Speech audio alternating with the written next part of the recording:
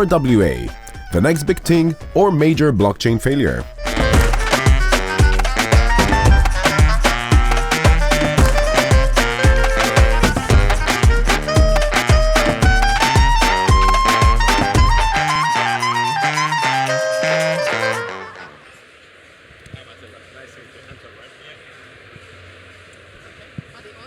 Hello once again, who hadn't had the chance to see my previous presentation. My name is Anna Agu. I'm managing partner and co-founder at Lex Law office. And today we're going to talk about real-world assets tokenization, if it is a hype or the next big thing in the blockchain industry. And today on the panel with me are amazing industry experts and speakers. And I will give them a chance to introduce themselves. So let's start with you, Janina. Thanks a lot, Anna. Yeah, I mean, we've been supporting blockchain-related projects, both Switzerland and Liechtenstein, since 2017. And I personally have done dozens of real-world asset tokenization projects, everything you could think of, from real estate to various commodities, physical diamonds, physical and digital art. And I truly believe that everything what can be tokenized will be tokenized, but we're in a very early stage of this development. Hello, everyone. My name is Anton Golub. I'm a venture partner at Full Stack VC, which is an early stage investment fund. I've been in the crypto industry now for more than 10 years, and together with you as a colleague in Switzerland, founded several crypto companies and also involved in the space of tokenization and real-world assets through Swiss Asset DAO, which is a DAO in Switzerland. Hi guys, I'm Attila Pinke. I'm actually local, so I'm from Hungary, and I'm running an educational platform. So mainly I have a YouTube channel where I provide daily fresh content about cryptocurrencies and blockchain, but also I published books here in Hungary about this topic, made some courses, and I have my own crypto club, put it this way. So I'm coming from the educational side. Thank you so much for this amazing introduction. And as you can see, we have very diverse bunch of speakers today from Estonia, from Switzerland, from Dubai, and from Hungary as well. So let's start with the first question. My first question is to you, Janina. Can you please explain with the very simple words why we need to have the real-world asset tokenization and what it actually means, and how it is different from the traditional financial instruments? And if.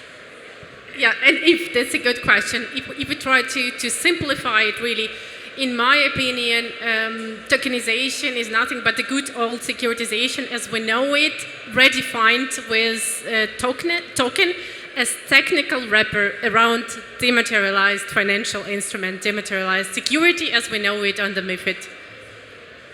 Yeah, so I think for the audience it's very important to understand, like from the regulatory part, if there is conditions that are applicable to the securities are met during the virtual assets or real-world assets tokenization, we are talking about the classic regulation of MiFID. And it is not the subject of the MiCA regulation. It is not somehow related with the upcoming new rules. So it's a classic prospectus regulation. It's a classic MiFID. And this is maybe one of the biggest myths related with the regulatory challenges to RWA. But we will talk about this later. My next question is, Attila, what do you think where we are now with the real-world assets tokenization market, and what are the main types of the assets that we have seen as a use cases in terms of the tokenization? Okay, so I think as the whole crypto industry, it's kind of new thing. Recently, we started to get a hype since BlackRock, for example, introduced a new thing that they see the future definitely in tokenized securities. I think this definitely gave a push to that kind of industry. You could see different kind of cryptocurrencies related to this actually started to go higher and higher. And But you have to understand that because we're at the beginning, and even it sounds very fancy and trendy right now, it happened with so many other things, like when we could see the NFTs and all these kind of things. There is the pump, there is the FOMO, everything, everybody believes that now this is the one thing and it's going to happen like in a second. But then you realize what kind of things we're facing here, such like regulatory issues and all these kind of things. But we have already, I think, a couple of examples on the market. In my personal opinion, the biggest real-world asset with 118 billion US dollar market cap, it's USDT itself, because it's representing US dollar. But if there's another example, we're talking about gold, and then we have Pax Gold, but also Tether Gold. So we do see a couple of examples already around, and I think this industry is definitely growing, but I think we have to pull back a little bit just to understand, to establish things, what's happening really here, and get it on the track before it gets too wide. Yeah. Thank you so much. My next question is to Anton. What do you think why we actually need the real-world asset tokenization, and what are the benefits of it? Yeah, so I would first say that tokenization of real-world assets is one of the biggest hypes in the crypto industry now. So if you go and talk to anyone in the crypto industry, they will tell you everything of value will be tokenized and put on the blockchain, and that's the next big thing. And then when you ask them how big this will be, they tell you trillions of dollars. And then you close your eyes and you think, wow, trillions of dollars, that seems like a lot, you know? And all of the banks, all of the financial intermediaries, broker-dealers, even the governments will put all of these assets in tokenized form on the blockchain. But then you wonder, where are we now if we promise trillions in the next couple of years? And as you have said, actually, it's still in the infancy, right? And you have a couple of use cases like tokenized US treasuries, which is the biggest part of the real-world asset industry. You have a bit of gold, you have a bit of real estate. I think definitely stable coins are the most successful example of tokenization, but stablecoins don't give you any yield. So it's just a vehicle for you to hold a token of stable value, but it's not an asset in a sense that it has a price appreciation or a yield. So this is a separate category. And I think like when you ask me like for whom are real-world assets, and then the biggest thing you discover when you talk to people in the real-world asset industry, that at the moment it's only crypto-native companies that invest into real-world assets. And then I usually explain it to people, why doesn't an institutional investor invest into tokenized real-world assets? Because when you talk to a big asset manager, they will tell you, or they tell me many times, they will tell me, Anton, I will not buy your garbage tokens because I have already a broker-dealer.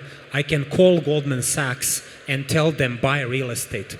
I can call my prime broker and tell them buy treasuries. I don't need your tokenized US treasuries. I don't need your tokenized real estate because I have access to all of these markets. So at the moment, the biggest part of the investments in real-world assets is crypto-native companies. So this is your DAOs, big treasuries. These are your market makers. These are your hedge funds. So everybody who is already in the crypto world cannot access the traditional finance world. This is your user of real-world assets. But maybe the good question then is, what are the banks waiting for? What are the other traditional asset managers waiting for? Why are they not in the tokenization space? Thank you so much for this opinion. Janina, can you please take it from here? Can you please give samples of the real use cases that you have been working on? I know you had several projects in Switzerland related with the real-world asset tokenization. Can you please give us real samples of the practical use cases? Well, yes, for example, physical diamonds. This has been a project of LCX, which is called Diamonds. This is live. You can Google it and you can purchase a token which represents ownership of a specific diamond, and you actually would have a claim towards, not really, I mean it's an ownership, so you don't really have a claim towards the issuer, but you have ownership rights, which means you have rights against any third parties, including the custody. And you can go and grab your diamond from the custody and let them send it to you, and you can transfer the ownership rights to this diamond without transferring the diamond itself. The same you can do with gold. We have done, for example, custody certificates also for gold, where you can do the same. With real estate, to be honest, you have normally traditional securitization options with real estate. It is either debt or equity, which means you either have bonds or you have, under the European FMD directive, alternative investment funds where you tokenize the shares in a fund. With real estate, it is quite impossible to tokenize the ownership in a real estate directly, because in most countries that I know, you have to go through a notary or a state registration or both, which means you always need a legal wrapper around real estate, and then again, it's either bond or collective investment scheme investment fund.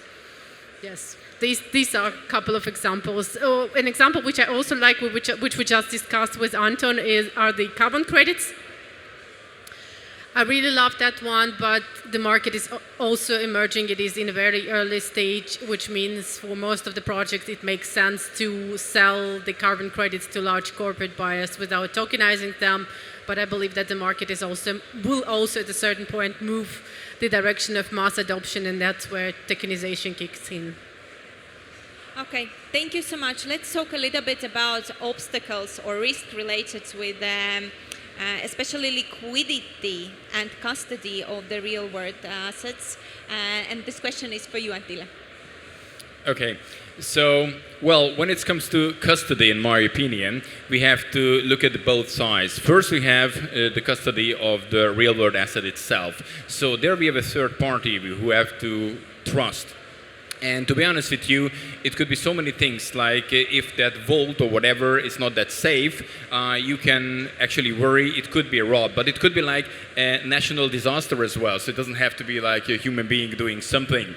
So I think how they stored, how the custody is working, if it's a piece of art, and so on and so forth, how they look after it. Because if anything happens to that, the token is losing the value. But also on the other hand, as soon as we enter into the digital world and the blockchain, we have other kind of custodial things, because if you have a token, you can store it for yourself, you can store it on your hardware wallet.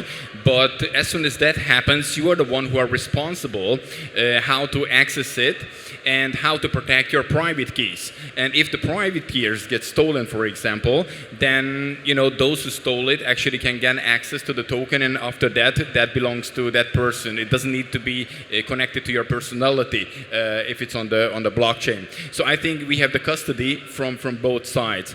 And when it comes to liquidity, that's another interesting thing, because one of the things why we start to think in real-world asset and make this happen, it's boost the liquidity. Because as soon as this happening, so for example, you have a property, but this is like a local thing, and if you would like to sell it, even if it's like in fraction of it, then you do it on the local market. As soon as it goes on the blockchain, it's like a global issue after that, so you can actually purchase it from everywhere. But that introducing other things. So, for example, with liquidity, then somebody owns, let's stay with property, and a big share, but he would like to sell it. That will move the token price, because he's selling a big share, it pushing the price down, and maybe the others would like to hold it for longer term and they just do not like it. So this can cause also some liquidity issues. What if that area, what the real world asset represents, it at that time not a hot topic? So if it's a property and the property market is going down, for example, it's not working that much, and even we did it to boost the liquidity is not there, or if it's too small. But these are just examples. If I may pick up on that, these are two major issues. Custody, well, these are actually not issues, but the stage of thing is that we have a functioning, regulated structure, centralized depositories for normal securities. And the structure simply works. And it needs, let's say, more incentives, economic incentives, to move the whole infrastructure on the blockchain, because it is a lot of costs and efforts which needs to be done. And the question is, do we really need it? I believe that in a perspective of 5-10 years, it's rather moving this direction because this is more efficient. But I believe there are not so many regulated facilities, trading facilities, which are allowed to do the custody of the blockchain and to do the secondary trading. This is a major issue when we talk about liquidity, because the investors of the security tokens, they do not have secondary markets as we have them for all the normal securities. So you basically don't know when you're going to exit this investment, and this is a major obstacle. And we have DLT pilot regime. Have you seen? I have seen applications, but I haven't seen licenses so far. That's too early. We have in Switzerland SDX, we have Taurus, but to get listed on SDX, you have to have 20 million own capital, which makes it equal to IPO. And then, in my opinion, security token offering was supposed to be something between the utility token offering and the IPO in economic perspective. And then it is not in the eyes of SDX. So yeah, there's still a lot to be done in terms of the infrastructure for custody and secondary trading. Yeah, I do totally agree, and we have seen absolutely the same from our practice. We don't have a lot of practical use cases in Estonia, but we do have two projects. One is interesting project. This is like a combination of different fintech products, and they are doing kind of crowdfunding through the real estate, and they are tokenizing the real estate and giving an opportunity to buy through the crowdfunding platform. To be honest, they are not very far with the final development, and one of the biggest obstacles, as you mentioned before, is the secondary market, because if we do have the not professional investors, the people would like to have some kind of assets which should be tradable on the secondary market, and that if they do have some kind of obstacles related with the needs to sell this asset, there should be the solutions. But let's talk with the regulatory issues related with the real world assets. According to your practice, maybe you can elaborate a little bit more regarding this, Janina. Yeah, the point that we also discussed with Anton, I mean, we have MiFID in Switzerland, we have FINSA, which has literally the same concept of financial instrument as MiFID does. But what you need, in my opinion, to be able to tokenize or put the security in the form of a token, put it on the blockchain in a specific jurisdiction, in my opinion, you need a national legislation that the security can be issued on blockchain, which we luckily have already in Switzerland and Liechtenstein. I have heard about other European countries, Luxembourg, Germany, which have introduced for certain types of digital tokenized securities this kind of legislation. Why it is important? Because in a worst case scenario, the judge has to be able to establish, was this security actually issued and how? And that's why, in my opinion, there is a need for national legislation which allows to issue those dematerialized securities on blockchain. Otherwise, it is called legal uncertainty, when we don't know how the judge is going to treat it. Thank you so much. So we talked about regulatory issues, we talked about the liquidity issues, custody issues, we talked about the questions related with actually adoption and why we do have the current stage with the market. But I would like to ask the question of our today panel. Do you think it is a hype, or you rather think that this is a blockchain failure? Let's start with Attila. Yeah, so first I want to say that the real-world assets are a huge success for the hype that we have created. So if you just look at the attention that real-world assets get, it's phenomenal, right? But then if you ask in practice, like how much of this capital has been deployed in real-world assets, objectively we are still at the beginning, you know? And maybe I will try to provide like a different angle to it. I think many times the question is like, why would you do Why would you put something on the blockchain? What added value does it really provide to people? And let me give you one example. In Dubai, in UAE, the land registry is on the blockchain actually. Now it's a private blockchain, it's not a public one, but it's on the blockchain. And then you might ask me, Anton, but why should I care about that?